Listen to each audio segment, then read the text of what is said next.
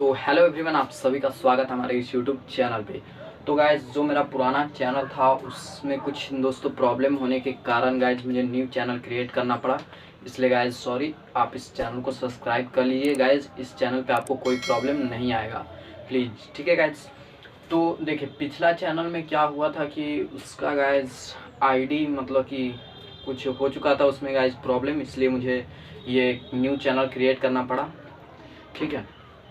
तो आप इसको सब्सक्राइब कर सकते हैं, ठीक है गाइज। तो चलिए शुरू करते हैं।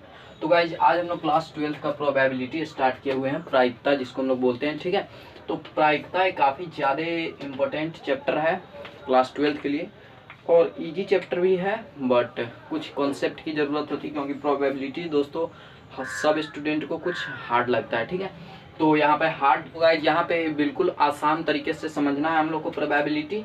तो देखिए, प्रोबेबिलिटी समझने के लिए सबसे पहले हम लोग को क्लास 11th का कुछ बेसिक चीज़ का नॉलेज होना चाहिए, जिस तभी हम लोग क्लास 12th में इन कर पाएंगे। तो चलिए बेसिक चीज़ आपको मैं बताता हूँ, ठीक है। तो देखिए, प्रोबेबिलिटी आप जब भी सॉल्व करने जाइएगा तो आपको तीन चीज़ मिलेगा, खास करके तीन चीज़, या कोई भी स्टूडेंट सॉल्व करने जाएगा तो उसमें बुक में गाइज उसको तीन चीज़ जरूर मिलेगा। क्या क्या मिलेगा? एक क्वाइन वाला, क्वाइन हेड और टेल, जो आप लोग जानते हैं क्वेश्चन, हेड टेल वाला। एक डाइस यानी छकरी, पासा जिसको बोलते हैं, पासा वाला। और एक मिलेगा गाइज आपको प्लेइंग कार्ड यानी ताश की गड्डी वाला हिसाब, ठीक है। ताश की गड्डी यानी प्लेइंग कार्ड। तो चलिए मैं आपको प्लेइंग कार्ड के बारे में बताता हूँ। प्लेइंग कार्ड क्या, क्योंकि प्लेइंग कार्ड से गाइज काफ़ी ज़्यादा क्वेश्चन रहते हैं। तो चलिए, क्लास 11th का भी रिवीजन चल रहा हूँ। बेसिक कॉन्सेप्ट ऑफ प्रोबेबिलिटी, ठीक है। Probability, basic concept of probability. तो देखिए, सबसे पहले इसमें पढ़ना होगा हम लोग को प्लेइंग कार्ड के बारे में, ठीक है। प्लेइंग पढ़ना नहीं, मतलब बता रहा हूं मैं।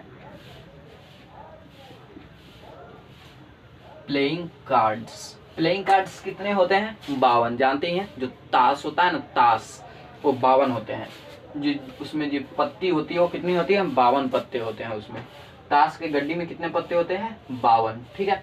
और उस 52 पत्ते में कितने कलर होते हैं? 2 कलर, ठीक है। एक होता है रेड और एक होता है ब्लैक। एक रेड होता है और एक ब्लैक होता है। तो इस ब्लैक और इस रेड के भी दो दो पार्ट होते हैं, जो आप लोग जानते ही हैं, ठीक है ना। तो इस रेड के दो पार्ट होते हैं, कौन कौन? एक हॉट और एक होता है डायमंड। हॉट और डायमंड, ठीक है। मतलब कि लाल पान और ठिकरी, जो ईंट उट बोलते हैं जिसको। और इधर देखिए, अब ये ब्लैक में भी दो होते हैं। एक होता है स्पेड, स्पेड मतलब होता है काला पान, और एक होता है क्लब। क्लब मतलब होता है चिड़िया। यहाँ पर क्लब बोला जाता है, क्लब मतलब होता है चिड़िया, ठीक है। तो यहाँ पर ये समझ चुके हैं कि कोई हमसे पूछेगा कि ताश में कितने पत्ती होते हैं, तो कितने बोलेंगे? 52।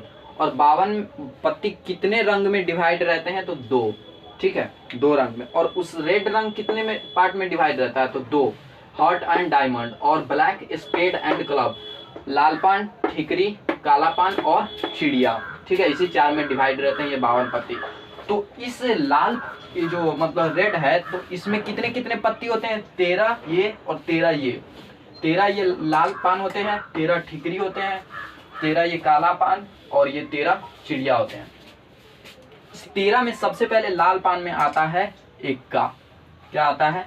एक्का, जो आप लोग जानते ही हैं। उसके बाद किंग, फिर क्वीन, फिर जैक। जैक मतलब गुलाम होता है, जो जानते हैं आप लोग, जैक। उसके बाद एक्का, किंग, क्वीन, जैक, दहल, नहल, अट्ठा, सत्ता, छक्का, पंजा, 100, 3, 2, ठीक है। 13 हो गए ना। 1 2 3 4 5 6 7 8 9 10 11 12 13। देखिए, 13 पत्ती यही होते हैं। और सेम इसमें भी यही होते हैं, एक्का, किंग, क्वीन, जैक, दहल, नहल, ये सब गाइस, ये सब सेम होते हैं, ठीक है। और इस स्पेड में भी यही सेम चीज सब होते हैं ना, एक्का, किंग, ये सब कुछ सेम होते हैं, इसमें कोई चेंज नहीं होता है। जो आप लोग जानते ही हैं। और इसमें भी तो वही होगा ना, एक्का, किंग, क्वीन, जैक, बाकी बात तो सब दहल नहल ये सब तो आप जानते ही हैं, सेम होते हैं। तो आप लोग क्या समझे कि इस सब में कितने कितने पत्ते होते हैं? 13 पत्तियां होती हैं। ठीक है, तो यहां तक आपको समझ में आ चुका है कि यही होता है प्लेइंग कार्ड। देखिए यही होता है प्लेइंग कार्ड। कोई हमसे पूछेगा कि ताश में कितने पत्ते होते हैं, तो कितने बोलेंगे? 52 यानी 52। और उस 52 को कितने कलर में डिवाइड किया गया रहता है? 2 पार्ट्स में, रेड एंड ब्लैक। और उस रेड को 2 पार्ट में, डायमंड और हार्ट। ठीक है, और ब्लैक को स्पेड एंड क्लब। तो यहाँ पर पूछेगा कोई हमसे प्लेइंग कार्ड कितने प्रकार के होते हैं, तो हम लोग क्या बोलेंगे? 4 प्रकार के, हार्ट, डायमंड, स्पेड, क्लब। ठीक है, यही 4 प्रकार के बोलेंगे। और यही कोई हमसे पूछेगा कि प्लेइंग कार्ड में कितने इक्का होते हैं, तो बोलेंगे 4 इक्का होते हैं। ये सब चारों के चारों इक्का ही। कोई हमसे पूछेगा पूरे पत्ती में लाल कलर के कितने इक्का होते हैं, ठीक है, तो 2 इक्का, एक डायमंड का और एक लाल पान का। कोई हमसे पूछ देगा पूरे ब्लैक कार्ड्स में जैक कितने होते हैं, ठीक है, होता है यानी गुलाम कितना होता है, तो 2। ठीक है, समझ में आ चुका आपको? 2। और अब एक और बात आता है जो आपको समझना चाहिए। अब एक होता है फेस कार्ड। यहाँ पे मैं बता देता हूँ आपको, फेस कार्ड। फेस कार्ड, तो फेस कार्ड कितने प्रकार के होते हैं? 3 3 6 3 9 3 12, हाँ 12। कितने होते हैं? 12। इसका आंसर क्या हो जाएगा? 12। तो आप बोलिएगा फेस कार्ड क्या है, यानी मूर्ति वाले।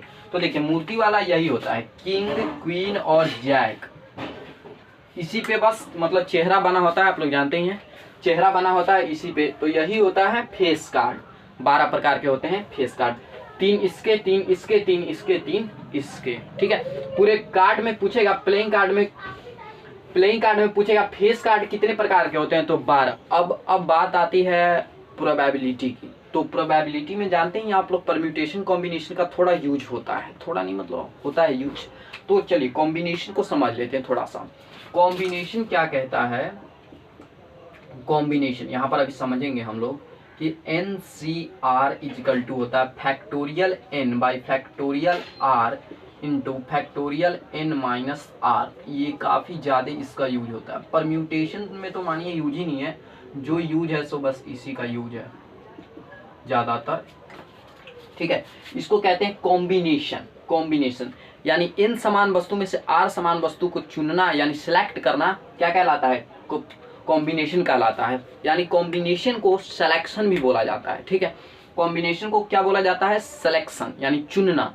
जैसे कोई बोल देगा कि 52 पत्ती में से 4 पत्ती को चुनिए, 52C कॉम्बिनेशन। और R कितना है? चुनना। R किसको कहते हैं? चुनना को, 4। तो मैंने अब यही बोला है कि इन समान वस्तु में से R समान वस्तु को चुनना यानी सिलेक्ट करना क्या कहलाता है? कॉम्बिनेशन कहलाता है। तो कॉम्बिनेशन फाइंड करने का एक बिल्कुल शॉर्टकट ट्रिक आपको मैं दे देता हूँ, वो आपको काफी ज्यादा पसंद आएगा। देखिए अगर आप इस फॉर्मूला से निकालिएगा, जैसे मान लीजिए 5C2 कोई हमको दे दिया निकालने के लिए, तो हम लोग कैसे निकालेंगे? फैक्टोरियल 5 बाई फैक्टोरियल 2 और इंटू फैक्टोरियल 3, क्योंकि 5 में से 2 गया तो फैक्टोरियल 3 बच जाएगा। तो इसको आप ऐसे तोड़िएगा, 5 गुने 4 गुने 3 गुने 2 इंटू 1, और 2 को 2 इंटू 1, और 3 को भी तोड़िएगा, 3 into 2 into 1।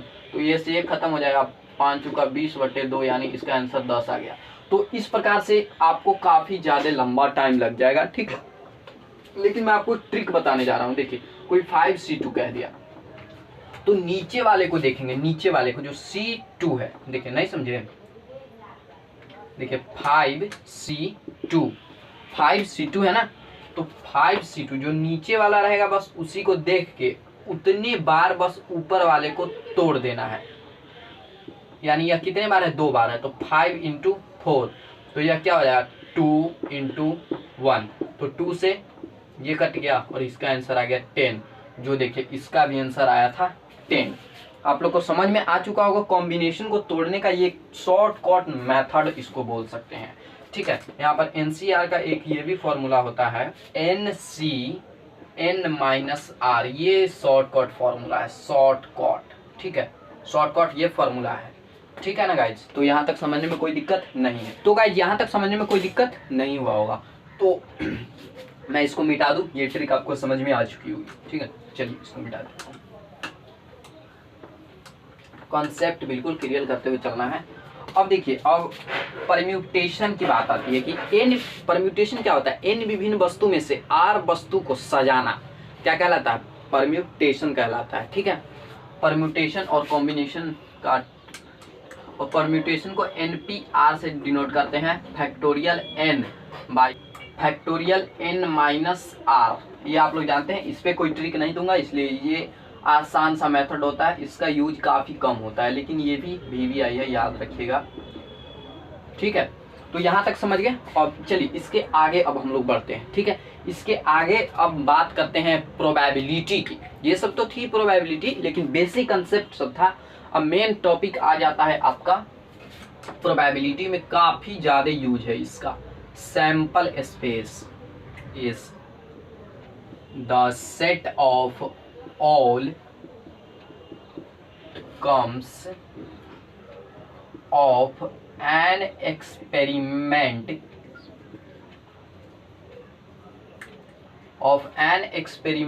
is called sample space। Sample space इसको डिनोट करने का काफ़ी मतलब बहुत सारे तरीके हैं, लेकिन लिख लीजिए it is denoted by capital S। इसको मतलब हम लोग कैपिटल S से ज़्यादातर डिनोट करते हैं। देखिए यहाँ पर क्या लिखा हूँ मैं, समुच्चय का, ठीक है, ऑफ ऑल पॉसिबल यानी सभी संभव, आउटकम्स यानी आने वाली चीज, ऑफ एन एक्सपेरिमेंट, यहाँ पे ये प्रयोग नहीं जो मतलब केमिकल डाल दिए तो इसमें प्रयोग नहीं, ये प्रयोग नहीं, ये एक्सपेरिमेंट नहीं है यहाँ पर, ये भी तो एक्सपेरिमेंट होगा, मतलब कि हेड आना, ये भी सिक्का उछालना, ये सब भी तो मतलब कि एक्सपेरिमेंट ही है ना। तो यहाँ पर of an experiment is called sample space, तब कहलाता है वह सैंपल स्पेस। तो देखिए यहाँ पर सीधे समझिए तो इसका मतलब क्या हो गया। देखिए इसके सीधे तौर पे समझिए, किसी भी काम में एक्सपेरिमेंट मतलब काम होता है, किसी भी काम में जो जो चीज आ सकता है उसी के समुच्चय को हम लोग सैंपल स्पेस कहते हैं। इसको सूचित करने का तरीका S होता है, यानी इसको S से हम लोग इंडिकेट करते हैं। चलिए यहाँ पर समझ गए कि किसी भी काम में जो जो चीज आ सकता है उसी के समुच्चय को सैंपल स्पेस कहते हैं। संभव, असंभव नहीं, तो इसीलिए यहाँ पे ऑल पॉसिबल लिखा हूँ, संभव।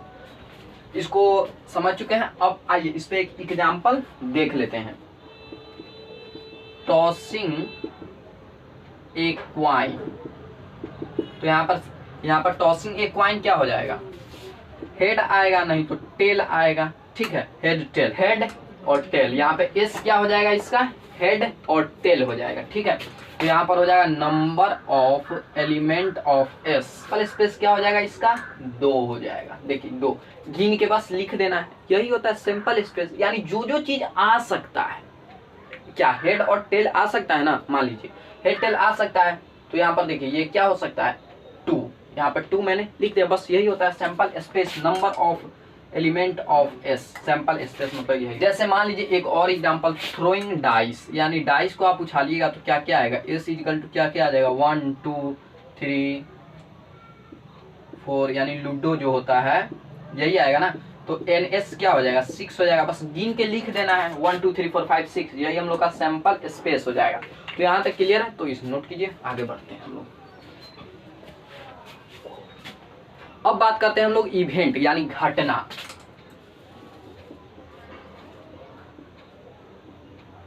इवेंट कहते हैं घटना को, तो घटना कुछ नहीं है, ठीक है। तो क्या लिखेंगे, an event is subset of sample space, ठीक है। यही होता है कि घटना जो होता है ना सैंपल स्पेस का उप समुच्चय होता है, ठीक है। यही जो मैंने सेट थ्योरी का भाषा लिखा है, यहाँ पर इसका हिंदी होता है उप समुच्चय, ठीक है, उप समुच्चय होता है। तो इवेंट घटना कुछ भी नहीं है, घटना जो है सैंपल स्पेस का बस उप समुच्चय है, ठीक है। तो क्लियर हो चुका है सैंपल स्पेस क्या है, इवेंट क्या है, और कॉम्बिनेशन परम्यूटेशन परम्यूटेशन कॉम्बिनेशन ये भी क्लियर हो चुका है, और प्लेइंग कार्ड्स पत्ती ये भी सब मैंने क्लियर कर दिया है आपको। तो अब मैं आपको बताता हूँ प्रोबेबिलिटी क्या है, क्योंकि प्रोबेबिलिटी भी तो पढ़ना है ना हम लोग को। प्रोबेबिलिटी क्या है? VVI probability. प्रोबेबिलिटी यानी इसका हिंदी होता है प्रायिकता। प्रायिकता। तो देखिए मैं आपको बता देता हूं कि प्रायिकता कुछ नहीं है। प्रायिकता कुछ नहीं है। PE इजिकल टू, मैं अभी इसका डेफिनेशन भी लिखूंगा। PE इजिकल टू कुछ नहीं, इक्वल टू क्या होता है? NE/NS। इसका मतलब क्या हुआ समझा देता हूं। प्रोबेबिलिटी कुछ नहीं है, प्रोबेबिलिटी है इवेंट यानी घटना बटे सैंपल स्पेस, इसी को हम लोग प्रोबेबिलिटी कहते हैं, बस समझ जाना है। प्रोबेबिलिटी कोई पूछा तो क्या बोलेंगे? घटना बटे सैंपल स्पेस। चलिए यहाँ पर लिख लेते हैं हम लोग, if this is sample space, sample space and EB and E be any event, then probability is क्या हो जाएगा? देखिए यही PE इजिकल टू NE/NS, यही हो जाएगा। क्या लिखा हूं कि यदि S है सैंपल स्पेस और E यानी इवेंट यानी E है क्या? घटना, तो प्रोबेबिलिटी हो जाता है यही। काफी ज्यादा इसका यूज है, VVI काफी यूज है इसका, ठीक है। तो यहाँ पर समझ चुके हैं, तो यही होता है प्रोबेबिलिटी। चलिए इस पे मैं आपको एग्जांपल देके क्लियर करता हूँ। Probability of 6 when throwing a dice, जिसमें मतलब लूडो का गोटी जो पासा भांजते हैं वही होता है। तो यहाँ पर कह रहा है कि टू फाइंड यानी निकाले प्रोबेबिलिटी ऑफ 6 यानी 6 का प्रायिकता कब? व्हेन यानी जब, थ्रोइंग यानी हम लोग क्या करते हैं? भांजते हैं, ए डाइस यानी कोई पासा या छकरी, ठीक है। तो 6 आने की प्रायिकता ज्ञात करना है जब हम लोग एक क्या करते हैं? पासा भाजते हैं। तो इसका सिंपल सा आंसर हम लोग 10th में ही याद कर चुके हैं, 1/6 होता है। लेकिन यहाँ पे मैं आपको सॉल्व करके दिखाता हूँ। देखिए सैंपल स्पेस सबसे पहले फाइंड करें। एस जो हो जाएगा, क्या क्या आ सकता है? 1 2 3 आ सकता है, 4 आ सकता है, 5 आ सकता है, 6 आ सकता है। जो मतलब संभव चीज आने वाला वो सब हो जाता है। तो यहाँ पर NS इजिकल टू क्या हो जाएगा? NS, ठीक है। NS इजिकल टू हो जाएगा 6, और इवेंट की घटना क्या दिया हुआ है हम लोग को? 6 दिया हुआ है। तो NE क्या हो जाएगा? देख लीजिए, NE इजिकल टू 1 हो जाएगा, यानी घटना में सदस्यों की संख्या कितना है? 1 ही ना है। तो यहाँ पर प्रोबेबिलिटी क्या पढ़े हैं हम लोग? PE इजिकल टू क्या पढ़े हैं हम लोग? NE/NS। NE क्या है? 1 और ये 6। तो आई होप आपको यह समझ में आ चुका होगा कि प्रोबेबिलिटी कैसे फाइंड करना है, ठीक है। तो चलिए यहाँ तक समझ गए तो नोट कीजिए, आगे बढ़ते हैं। बस एक लास्ट बता दे रहा हूँ कॉन्सेप्ट, उसके बाद बस हम लोग आज क्लास को एंड करेंगे, ठीक है। तो मिटा रहा हूँ मैं। आता है एडिशन थ्योरम ऑफ प्रोबेबिलिटी, ठीक है। Addition theorem, addition theorem of probability, addition theorem of probability, ठीक है। क्या कहता है एडिशन थ्योरम? देखिए PA union B equal to होता है PA plus PB minus PA intersection B, ठीक है। यही होता है जो मतलब एडिशन थ्योरम होता है, यही होता है। तो इसमें क्या करेगा कि 3 चीज दिया हुआ है, तो उसमें से कोई 2 चीज दे देगा आपको और एक चीज आपको निकालने के लिए कहेगा। यहाँ पर PB निकालने के लिए कहे या PA या P इंटरसेक्शन B निकालने के लिए कहे, कुछ भी कहे, मतलब 2 चीज दे देगा और एक चीज आपसे फाइंड करवाएगा, ठीक है। तो यहाँ तक समझ गए। तो अब इसी में एक आप लोग क्लास 11th में पढ़े होंगे नोट, ठीक है। देखिए आप लोग एक नोट पढ़े थे कि if A and B are mutually exclusive event then P then probability of A union B is equal to P A plus P B हो जाता है। ठीक है, तो यहाँ पर म्यूचुअली एक्सक्लूसिव इवेंट क्या होता है कि जो जिसमें कुछ चीज कॉमन नहीं हो, यानी ए इंटरसेक्शन बी क्या हो, फाई हो। देखिए अगर हम A intersection B equal to phi ले लेते हैं तो यानी यह क्या हो जाएगा, A intersection B equal to 0। ठीक है, तो यानी जो हो जाएगा A union B equal to हमारे पास क्या आ जाएगा, यही ना आ जाएगा P A plus P B. तो यही हम लोगों का क्या आ जाएगा, आंसर आ जाएगा। इसका तो कहानी खत्म हो गया ना। तो यही थे पूरे बेसिक कॉन्सेप्ट जो मैंने आपके दिमाग में पूरा भर दिया। तो यहाँ तक समझने में कोई दिक्कत नहीं है। चैनल पर नया है तो सब्सक्राइब जरूर कर लीजिएगा क्योंकि ये मेरा न्यू चैनल है। ठीक है, और बेल आइकन को प्रेस कर लीजिएगा। तो चलिए आज के लिए बस।